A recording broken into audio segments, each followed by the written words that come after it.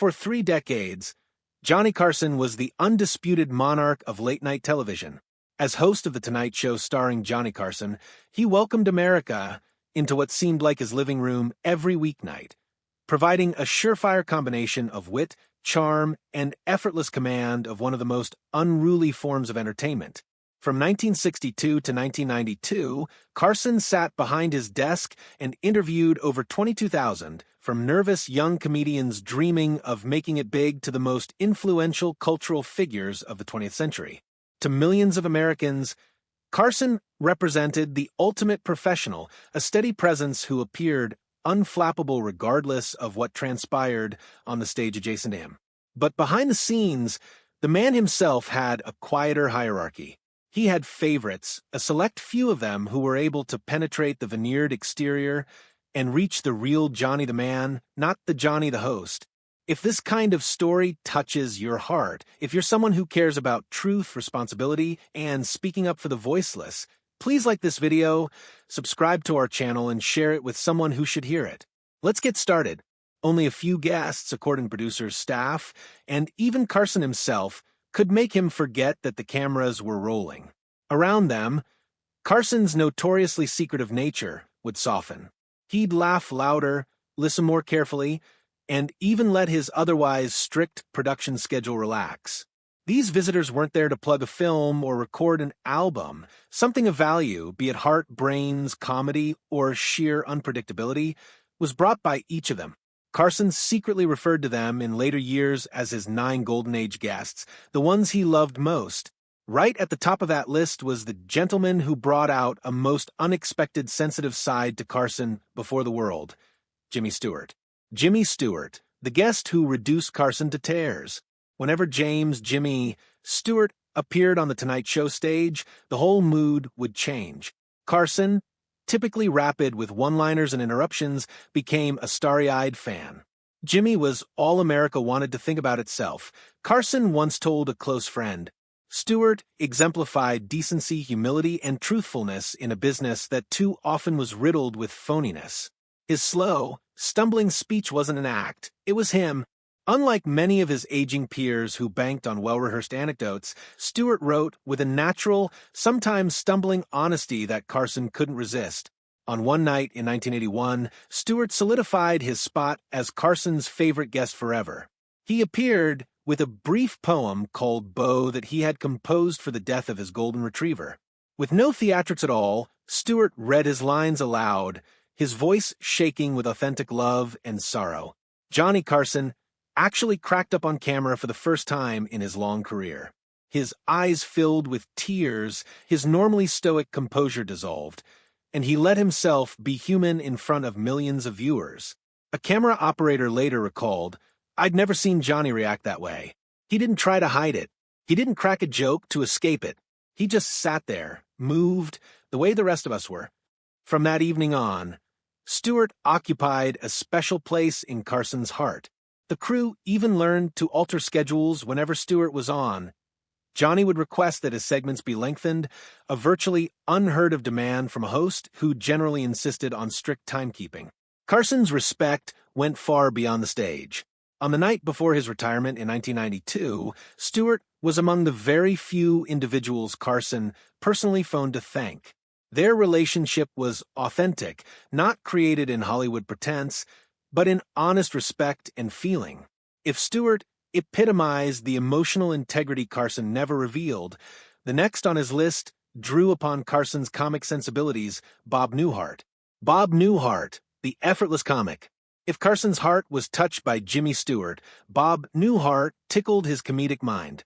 With his dry humor and impeccable timing, Newhart had a counterpart with Carson in finding the joke in the minutest, most mundane aspects of everyday life. Bob is the most effortlessly funny man I know, Carson used to confess. That was the greatest compliment coming from him. Unlike most comedians who arrived armed with pre-rehearsed monologues, Newhart excelled in spontaneous conversation. He and Carson played stories back and forth like jazz improvisers playing a tune. Carson would release a perfectly placed aside, and Newhart would build upon it to create something even more humorous. Their natural timing was so good that it seemed almost choreographed, yet it was completely improvisational. Carson, usually the formidable master of time, would frequently wave aside his producers when Newhart was in full flow. "Let him go," he'd indicate to the control room. For most visitors, Carson was waiting patiently for the seconds to tick by until their segment was over. With Newhart, he wished the moment would last forever. Their relationship went beyond the show. Carson rarely invited Newhart to play golf with him, a privilege shared by very few in Hollywood. To Carson, golf wasn't business, it was friendship. Newhart had passed that threshold. He wasn't merely a popular guest, he was a genuine buddy. But if Newhart offered delicate, cerebral humor, the next guest offered mayhem, pranks, and improvisation: Burt Reynolds. Burt Reynolds, the partner in crime. When Burt Reynolds visited The Tonight Show, the crowd knew they were getting more than they bargained for. Carson and Reynolds converted the stage into a playground. Water pistols concealed under trench coats, pie in the face, shaving cream attacks. Nothing was spared. Burt gets the game, Carson once explained to a producer. While most celebrities came equipped with prepared stories from their publicists, Reynolds knew that late-night TV was about making things happen. He wasn't there to sell a movie, he was there to have a good time. One evening, Reynolds covered Carson in shaving cream during what was meant to be a serious segment. Far from irritated, Carson doubled over laughing, even more amused off-camera. Johnny loved real surprise, a director remembered, not the fake kind. Burt was one of the few who could genuinely catch him off guard. Reynolds also sailed through what staff members referred to as Carson's teasing test. Johnny enjoyed to mock his guests, but he hated thin-skinned stars. Reynolds didn't bat an eye. He laughed along and even invited more swipes at his own expense. Their light-hearted competition made for some of the best TV, and in backrooms, a real friendship. If Reynolds stirred Carson's playful side, Orson Welles touched something else: his mind. Orson Welles, the genius who fascinated Carson. Carson was known to be the everyman host, with a quick wit, but few instances of offering serious talk on television. However, when Orson Welles appeared, Johnny's secret intellectual side emerged. Johnny was impressed with Orson. One producer said, Carson had read about history, literature, and theater beforehand, just to be ready for Welles's guest spots. They discussed politics, Shakespeare, and Welles's interest in magic, a topic Carson loved as well. Indeed, Welles once did elaborate allusions on the show, leaving host and audience agog with amazement. More than Welles's genius, Carson was in awe of his honesty. Welles talked as freely of his failures as of his successes, a Hollywood rarity. Carson admired that intensely. Those were the times when Johnny wasn't Johnny Carson, the host, one coworker recalled.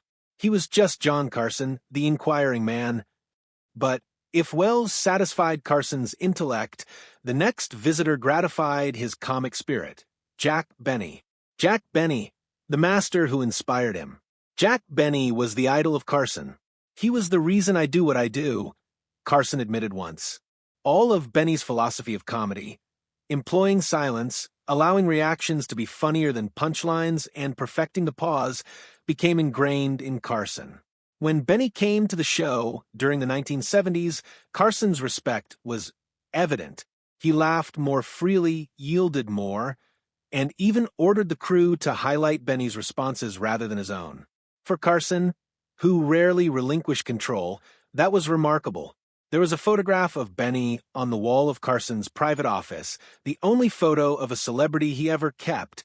That photograph embodied all Carson prized, not celebrity but command. Carol Burnett, the sunshine guest. If Jack Benny was Carson's inspiration, Carol Burnett tamed him.